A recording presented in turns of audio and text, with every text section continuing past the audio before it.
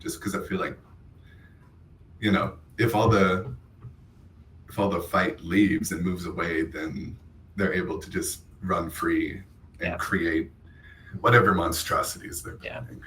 I agree. And I think part of it for me is being able to look at, like, we did get to go to Seattle recently. There was this idea of like, it's cool to see what's happening there that's so different than here. But for me, oftentimes it's just like a place to get ideas of like, how can we do this here? Because even like doing the trans march was not a big, like brand new idea that I had. It was like, I had went to the ones in San Francisco for years and I'd gotten so much from that I was like, we need that here. Like I need that here. And I know so many more people would benefit from it happening here. And so I think even part of us going to Seattle this weekend was to begin to really dream and see what Idaho, I think, could become potentially, even amongst all the extra barriers and challenges that we have here. I mean, in some ways, I feel like we have more of an urgency. And I think sometimes urgency is a powerful ingredient in really getting shit done. Definitely. Because we have no choice. But to respond. We can't be complacent. We can't be apathetic. Like we have to do something because our lives do depend on it. I think what I've seen a lot, especially during Pride Month, is this growing number of people who are sick of being silent. They're tired of looking the other way and ignoring the problems that are happening. There's a very strong vocal majority of bigots, but they're all cowards, hiding away online, working a regular ass job. Like, it's really cool to see that there is a growing resistance and there are a number of people who are becoming and want to become better allies. So one of the things that I feel like in particular, we started this podcast back at the beginning, or well, it was actually at the end of last year. But I think in the beginning of this, I don't know. I feel like personally, I've been struggling a lot more now with kind of like having the strength and the power to kind of move through. It's probably more about stamina or endurance, if you will. But I'm curious, what is it that you do, or how do you find your strength to kind of continue to show up in community in the way that you do? I think a lot of that strength comes from a very personal journey I've had, especially just being in Idaho. When I was in high school, I didn't plan to make it to 18. I didn't plan to make it to 21 even. And so like every day that I'm alive gives me that strength. Because it proves that I'm stronger than I ever thought I would be. And I hope that I can help spread that joy and share that hope with other people. Definitely. I think that you do. And I think you just saying that is, I mean, there's so many of us that can relate to that. Those thoughts, those feelings, those fears, the lack of expectation, if you will, disappointment. How did you shift that? I'm sure you probably still have days. Definitely. How did you begin to shift that? Or how would you suggest others? What really helped me was stepping out of my comfort zone and being willing to educate myself beyond the beliefs I had previously held. I think my willingness to challenge what I know and what I believe in helped shift my mentality into something that's productive, into something that's breathing. Because like I was fully down the alt-right pipeline in high school. I was ingesting a lot of self-hatred. I was ingesting a lot of hatred externally towards others. And I think once I was willing to sit back and question, okay, who's posting this stuff? Why are they posting this stuff? And just kind of disassembled the propaganda in a way. I think being willing to challenge authorities or, you know, intellectuals, regardless of, you know, identity or politics, definitely helped me flip that switch and start kind of living for myself and not trying to meet expectations of like what a man should be or what a woman should be. Or what a trans person should be. Yeah. Or like what a Black person should be. Mm-hmm. So yeah. That's so powerful. I think if everyone needs to be able to have that level of self-awareness, and I know that it's really common for people in the LGBTQ community to have come from sort of a sense of phobia ourselves, just from not understanding what we, or maybe not wanting to accept like the truth about ourselves. And I think it's a journey, like I know I did, but I'm older. So like when I was a kid in high school, it was different than it is now. We had 2 gay kids in a large school. But I think that maybe some of the reason that like maggots can't do that is because maybe they're afraid that if they're open about those things, they'll realize like, oh, well, I am kind of gay. Mm-hmm. And then what are they going to do with like their church, their friends, their family? Mm-hmm. And I think that if we were able to get rid of this notion of like this toxic masculinity, of this hyperfixation on Christianity, I think that everyone would be so much happier. Yeah. Well, and I think that's why a lot of people have a problem with queer people and trans people, is because we're not buying into the lies that they've bought into. So even if it's not that they're gay, but maybe they want to express themselves, or they're more comfortable in an expression that isn't so hyper masculine or hyper feminine, that they can have permission and be allowed to do that without being gay or without being trans. Right. Because I think even like as a trans person, it took me a long time to transition, because I was like, well, I don't want to be a woman. Like I don't see myself as becoming a cisgender woman, or my understanding of a woman. Yeah. And so for a long time, I never transitioned because I didn't think I was trans enough, or I wasn't trans even. I just was a bearded lady, or like, you know what I mean? Like, I don't know, like it was like, it took me a long time to get there, because to some degree, even though I was in a gay box, or even my understanding of a queer box, it didn't allow enough space for me to become more of who I was, because it felt like I either had to be a fag or I had to like be a woman. Yeah. Right. And I didn't feel like I was either. Like faggot was closer, right? So I think I landed in that box for so long, even if I became flamboyant as fuck and in every way was kind of a girl, but not, like to then be able to just own that, okay, I'm trans, and my transness is what is it for me? Which is, I think, sometimes really hard as a trans person, is like, is my expression today about how I feel best? Or is it about how I feel best given the situation that I'm going into? Right. Because I know I've had moments where I was like, I just wish I looked like a real girl so that I didn't get fucked with. So I could go to the bathroom, so I could go to the grocery store, so that my transness was not a thing that I carried with me everywhere. But I don't think that's what I really want. Like, I always feel like I'll always identify as a trans person, even if I ever pass, if you will. Right. Like, I still don't think I would want to get rid of the transness, because I feel like being trans really speaks to a larger narrative, and a big part of my narrative of what's taken me to get there. Yeah. Absolutely. I found that as I explored my identity, a lot of what might be considered like transition goals were very like misogynistic, or like were very selective in what I deemed as correct, or what I was taught was correct for like a man or a woman. Yeah. Yeah. Well, and I think having the head of a queer that I did too, I think in some ways I wasn't allowing myself to go femme off, because I didn't want to like not be queer anymore, because my identity, my thought of what a woman is so varied that even if my womanhood looked like getting tits and like, like look like makeup and like glammed up and like kind of got to that level, that somehow like that's not a queer woman, or that's not, you know what I mean? Like, you can't have queerness within that. Yeah. And so I think for me, that's something that I've kind of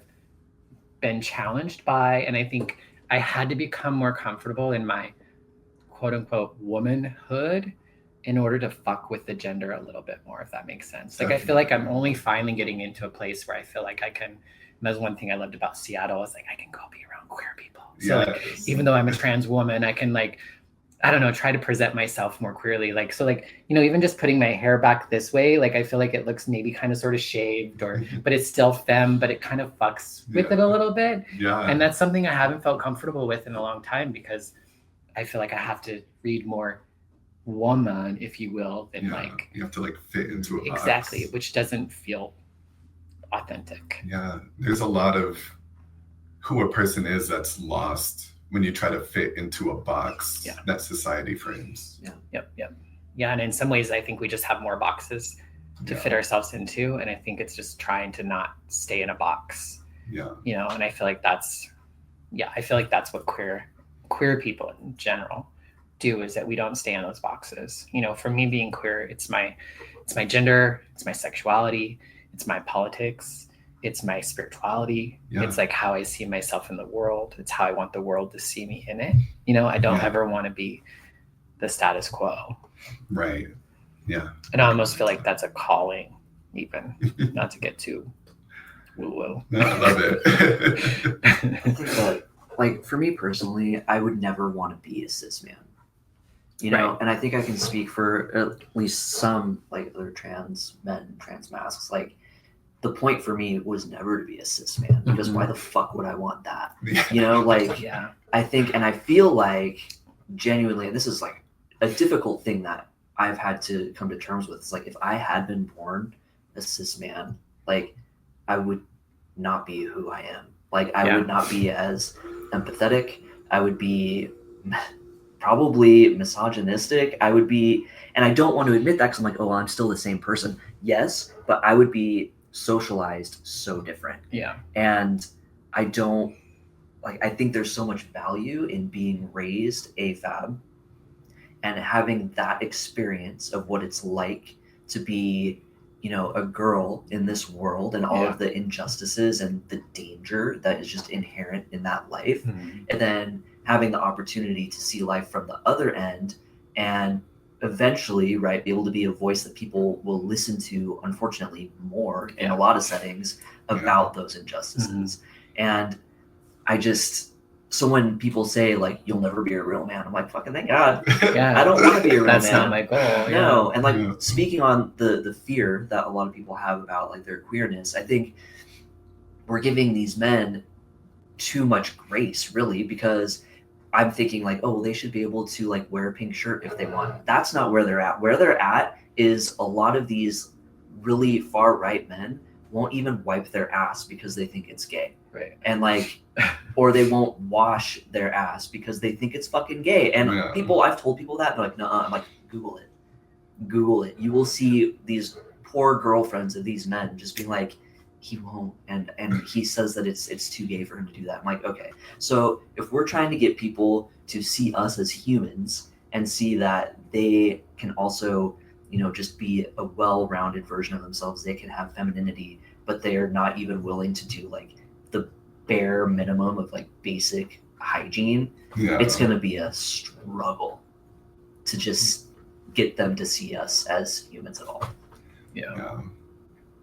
And that's, I mean, it's ridiculous, and it's funny, but it's just like, what a sad way to live. It's so sad to like be so afraid to come off as gay that you will go to such extremes that are just like harmful for you. It's and it's also I don't know, it's so, it just makes me think about like what created that in people, that, you know, because I get it, because there's a lot of fear. We lose a lot to live the lives that we live. We've had to give up a lot. We've had a lot of things taken from us. We've had to forfeit a lot of things that are pretty important to us in order to like live the way that we live. And I think some people might not be able to do that, or maybe they're so caught up in that fear that they can't. Paralyzed. It breaks my heart a little. I've noticed just in conversations I've had with like older people who start to ask those questions, there's so much fear in that. I've seen with older people, they realize like they could have lived their whole lives how they wanted to. Mm-hmm. And being educated in their later years kind of gives them this fear that maybe they wasted however much of their life trying to fit into a box and trying to be acceptable, when we accept a lot more than society tells us to. Like, yeah. I mean, I feel that way.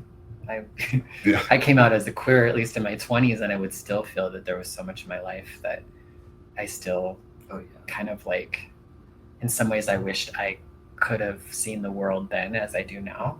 Yeah. And I'd be blown away at the thought of the person that I would be today if I could have started sooner. But I think the thing that, I know that it's like, it's a journey for all of us.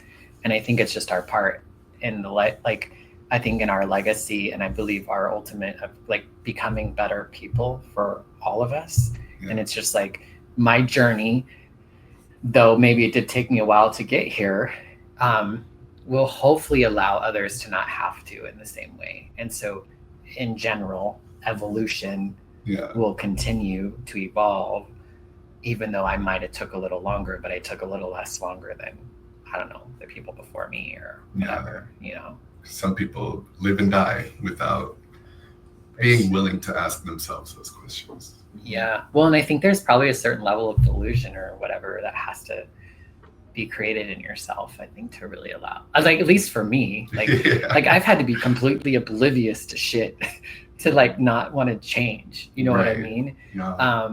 So, and maybe that's a gift of us being queer, but like, I don't know. It's just like, I can't, not for very long at least.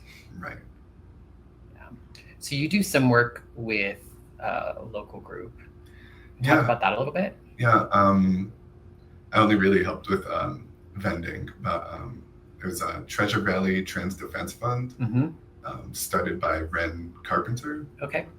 But she's putting together little self-defense kits to mail out to any trans person that wants it.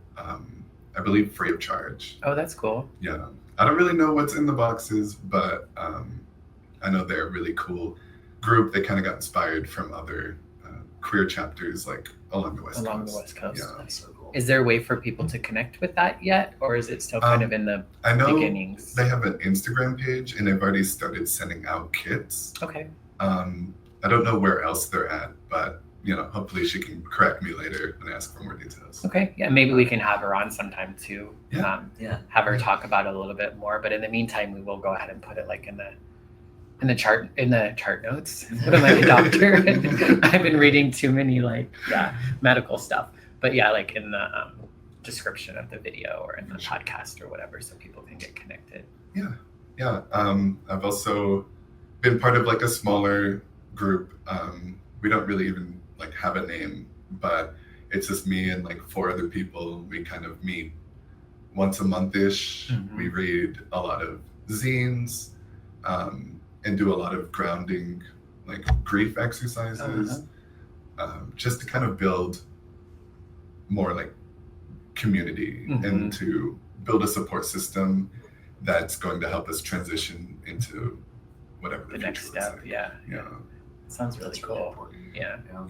I'm like, how does a girl get into that? I mean, I don't even really know how I got into it. There was like a Signal group chat or something. But I definitely want to get in contact and let them because we've been trying to organize just like a group event, just to like an open invite to everybody. But hopefully soon I'll have some more details. I just want to like have a bunch of zines and have a bunch of different organizations just kind of, educate people who are interested in that kind of stuff. It's more important now than ever. Yeah. Every day I say that. Every day. Yeah. Yeah. It's fucking worse. Yeah. I'm hoping to get more involved with bigger groups and just kind of, any group, because, we all need each other at the end of the day. I really want to get in touch with ACLU and like you guys, been wanting to be on here forever. So Well, that's cool. We've been wanting Yeah. to work with you and connect with Yeah, you. So definitely. yeah. we're excited that it's happening and getting to see you speak. I don't think I've mostly seen you in drag. So, or, in between drag, right? Right. And so it was really cool to get a chance to like see you on a panel Yeah. and sharing your experience as the person you are Yeah. in the place that we're at, Right. and it was just really powerful, and I'm excited to get to hear more and see more, and for more people to see and hear Yeah. what you have to say and what you have to share. Yeah. Because for the longest time, I didn't think my story was worth sharing all that much, just because I didn't see a lot of me in the community representing like who I am. But the more that the more that I share, the more people come up and talk to me and appreciate my perspective. It helps keep pushing me forward, I guess. Like, I'm really excited to speak more. Yeah, definitely. I'd love to see that. Yeah, definitely. We need more people like you that are willing to just get out in front of people. Yeah. And if you don't do it, who is, right? I know that's been kind of a little bit of, I think, my mentality too, because in some ways I'm like, no. Me too. But it's like, Yeah. nobody's doing, like I sat around for a while and it just felt like things weren't coming together. And so a lot of the reason why I started doing what I do, and the things that I do are things that I need myself, like I wish I wasn't so selfish, but a lot of the things that I'm a part of creating or putting together are things that I need myself. Like I need to get with people on a regular basis to get out of myself and to get out of my situation. I need to see, hundreds of people celebrating trans and non-binary people in Idaho in order to feel better in the world. You know what I mean? And so, I don't know. I feel like there's like definitely a really big like feedback loop of that positivity, of that want to help yourself and to heal yourself. Kind of amplifies that need in other people to want to heal themselves and help others heal. Yeah. So definitely it's very important. Yeah, and it's very reciprocal. Yeah, in the sense of like we put ourselves out in what kind of might feel difficult ways, or like, but in what kind of comes back at you, and what people share with you, or what you learn about other people, or see how little things can impact people. It really feeds back into you in a way too, at least for me. That makes me feel a little bit better about doing it again, or even stretching a little bit further into my discomfort. Excited to, it's like we get you here and I'm just like, so many things to talk about. And it's always interesting to see like where the conversation is going to go. And I'm hoping that we can have you on here like as often as you want. My feeling is you have an open invitation. I think Preston's probably on board too. Thank you. Yeah, definitely. Because I think we've really only just hit the tip of the iceberg. In a lot of ways, I haven't had a lot of conversations with you. And so I'm really eager to get an opportunity to just have more conversations with you and be in spaces with you more. Me too. Definitely. Yeah.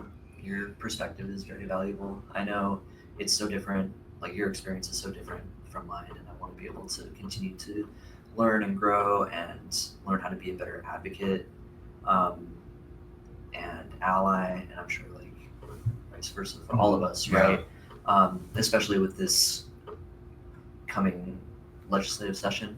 I think it's going to be, I know it's going to be the worst one we've ever seen. It's going to be really aggressive, like more than last year for sure. And I think that really being able to get people together and to learn from each other's experiences and just support each other is going to be the only way that we get through it. Yeah. And I think we're probably going to be like rounding up the episode, but I wanted to give you an opportunity that if there's something you'd like to say, either to folks, maybe other trans and non-binary folks that are feeling challenged, or if you want to, like, I don't know, is there something you'd like to say to folks who might come across this? Yeah, to any and all trans queer youth, keep fighting, keep waking up, keep showing up for yourself every day. I said it before in the panel, but like it's easy to do it happy. It's easy to do it when you're inspired, but do it angry, do it furious, do it sad, do it depressed. Just show up for yourself and do the work. Keep on living. Yeah. I really liked when you said that. It's almost like do it all wrong, just as long as you do it. Yes. To some extent. Yeah. Because if you're willing to do it, then you're willing to grow. Yeah. And we all get better with it in time. Yeah. Thank you so much for being here. Yeah, thank you. Thank you for having me. Yeah. I feel like that was a good episode. I feel like I learned some. Yes. So, and we'll have you back. Yes, definitely. I look forward Yeah, to it. I look forward to it. All right. Well, that feels good. Yeah. All right. Is there anything coming up? I don't think so. It's a holiday and Happy 4th of I mean, July, we are going to yeah. start planning the Trans March. Mhm. So that's something to keep an eye out for. Like it's something we really have to hit the ground running with, starting like now, being it's just on September 5th. And then I know a lot of us are in talks, and I kind of want to put it out there, but like for next June, for us to have a festival, a trans festival in Boise, especially since all the gay shit is pushed to September. Mhm. I think a lot of folks will be craving. I think there's a lot of folks that kind of feel a little like left out, if you will, Right. because there's everything happening everywhere else, which is great to go to other places, but Mhm. I think it's a really great opportunity probably for us to do a trans festival. Yeah. Oh, a trans festival in Boise next June. It's going to be amazing. Yeah, it's awesome. Already starting to plan it and getting connections, and I think it's going to be really, really, important and beneficial for everyone here. I think even better than, because I know originally we were going to try to do it this year with the March, but I think this is going to be like an even better way of doing And it. the link to sign up is in our link tree to sign up to volunteer for the march, because we're going to need y'all, a lot of y'all. Mhm. So, Yeah, definitely, especially trans and non-binary people. Yeah. We want this to be by and for us. Yeah. So Yes. we love you, allies, and we're going to need you, but we really need our folks to show up. Yeah. Yeah. All right, cool. All See you right. next week. Take care. Love you. Bye-bye. Bye, bitches. All right.